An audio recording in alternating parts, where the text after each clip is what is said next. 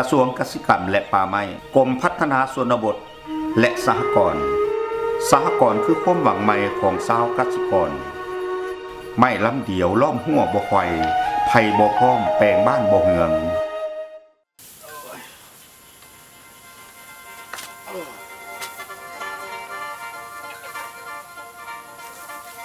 โอ้ยไอ้พายเฮ็ดอย่างได้คืองุกงับอยู่หั่น โอ้ยก็เขืองัวน่ะกุ๊กไก่น้ำงัวเนี่ยมันจ้อยถ้าจ้อยวายนะ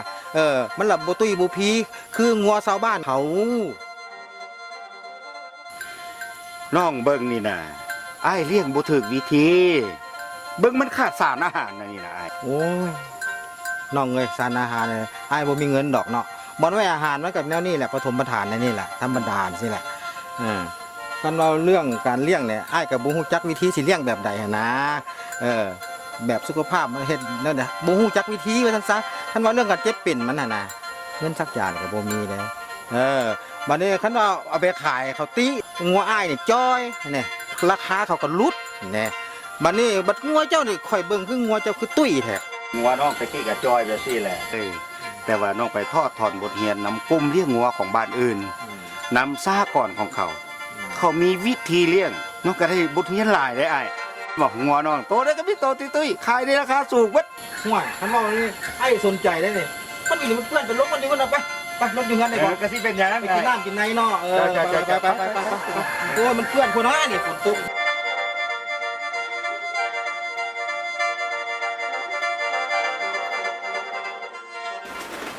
น้องกินน้ำเลยนี่นาย ถ้าอยากให้น้องแนะนำสิ่งดีๆถึงวิธีการเลี้ยงสัตว์นี่นะ น้องว่านี่ไอ้ควรจะเข้ากลุ่มเลี้ยงงัวอื่นๆอยู่ในบ้านเลยถ้าไอ้ได้เข้าแล้วไอ้จะได้รับการช่วยเหลือจากกลุ่มหลายอย่างเลยเช่นว่าคืนฮอนและวิธีการเลี้ยงที่ถูกต้องรู้จักวิธีทนุถนอมอาหารให้แก่สัตว์เวลายามแล้งอีกนอกจากนั้นก็จะเฮียนรู้การรักษาสุขภาพสัตว์และการใส่ใจในการปิดปวดสัตว์นั้นมันก็ถูกลงได้ไอ้ถ้าเฮาเลี้ยงถูกวิธีนะงัวของเฮามันก็จะใหญ่มีคุณภาพขายมันก็จะได้ราคาดีขึ้นไอ้ก็เคยเงินเกี่ยวกับสหกรณ์อยู่บ่สาก่อนบ่เคยนะน้องสิเล่าให้ฟังน้องเคยไปเยี่ยมยามมาแล้วกลุ่มเลี้ยงงัวของเขาเจ้านะมีแต่ตัวบักตุ้ย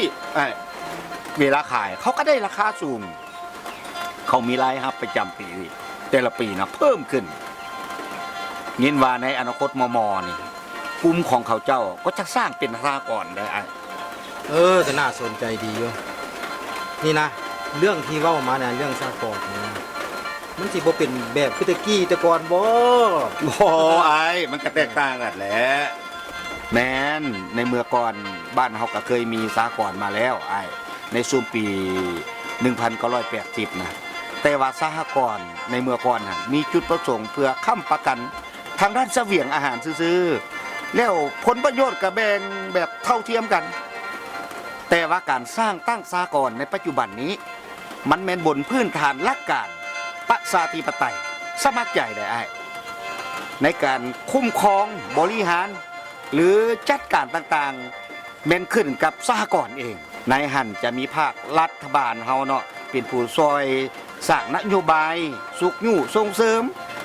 และสร้างกฎหมายออกมาเพื่อคุ้มครองสหกรณ์ของพวกเขาอีกได้สหกรณ์ปัจจุบันนี้นะมันแม่นการจะตั้งธุรกิจรวมหมู่ของผู้ประกอบการธุรกิจขนาดน้อยเช่นว่าชาวกสิกรชาวเฮาสร้างหัตถกรรมชาวค้าชาวขายและผู้ประกอบอาชีพอื่นๆที่เขาเจ้าสมัครใจสร้างตั้งสหกรณ์ขึ้นท่านั้นก็เพื่อจุดประสงค์เพื่อร่วมมือช่วยเหลือซึ่งกันและกันทางด้านพื้นฮอนประสบการณ์และวิธีการดำเนินธุรกิจได้เช่นว่าการผลิตการค้าหรือการบริการเพื่อบรรลุผล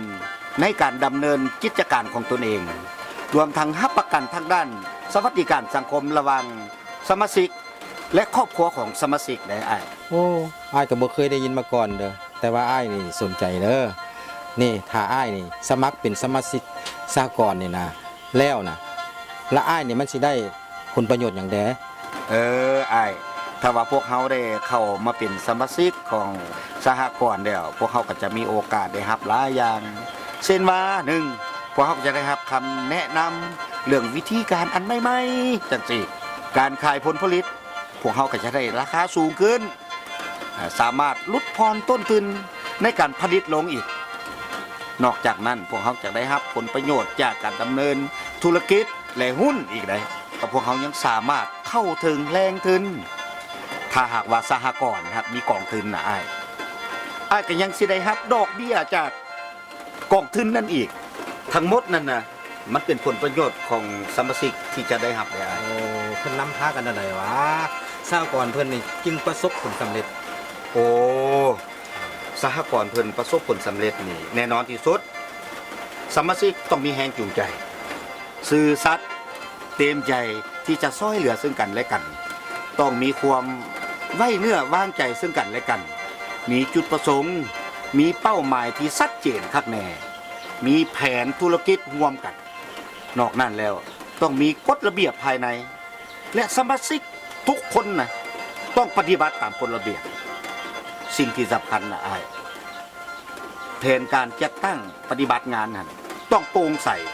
สามารถตรวจสอบได้สามารถติดตามได้นี่ไอ้เบิ่งสหกรณ์ที่น้องเคยไปเบิ่งผ่านมานี่เขาเจ้าจะตั้งปฏิบัตินี่ อันหลักๆที่เขาเห็นว่าเขาเฮ็ดเข้ากลุ่มไม้ได้อย่างนอนว่าได้เทคนิควิชาการอันใหม่เนาะนี่ได้งัวตัวใหญ่ขายได้ราคาดีมีรายรับสูงขึ้น หลังจากที่เขามาให้เป็นกลุ่มความเสี่ยงก็บ่มีเนาะบ่ได้ปล่อยให้งัวไปตำรถของเราบ่ได้ปล่อยให้งัวไปตายอยู่ที่ตัวแดนเนาะผ่านมาอาหารเขาก็เพียงพอทีนี้สมมุตินี้เขามีหญ้าหลังจากที่เขาจัดเป็นกลุ่มแล้วเขาก็ได้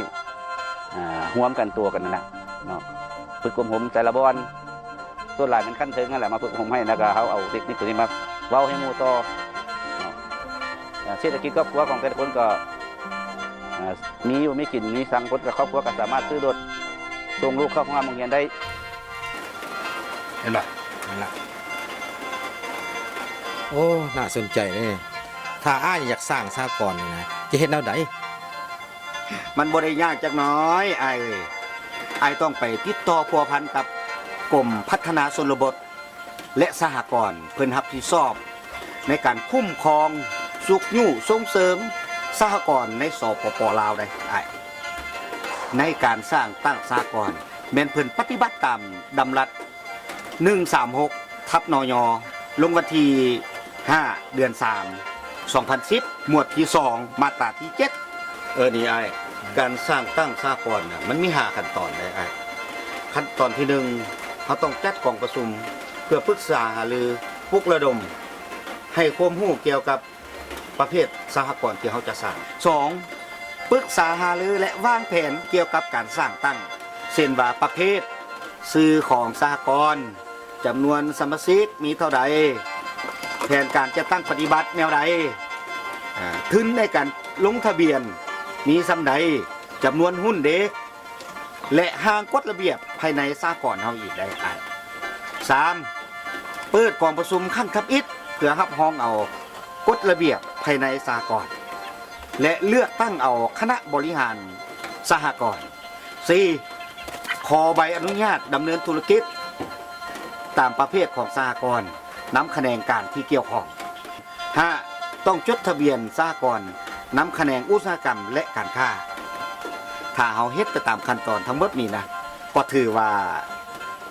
ไอ้เป็นสหกรณ์แล้วมีแต่ว่าคันว่าไอ้อยากได้ข้อมูลอย่างเพิ่มเติมนะ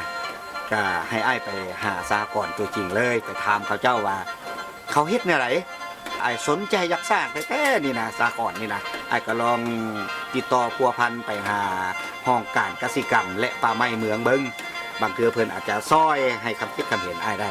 โอ้แนวนี้เนาะน้องเรานี่เฮ็ดให้อ้ายนี่หูตาสว่างขึ้นได้นี่ โอ้ขอบใจหลายๆเด้อ บ่เป็นหยังไอ้มีหยังก็ติดต่อพัวพันได้น้องก็อันใดซอยได้ก็ซอยเพราะว่าน้องก็อยู่ทางอันนี้ก็เรียนรู้ด้านนี้แด้สินะ แน่นอนแล้วต้องหาน้องอยู่แล้ว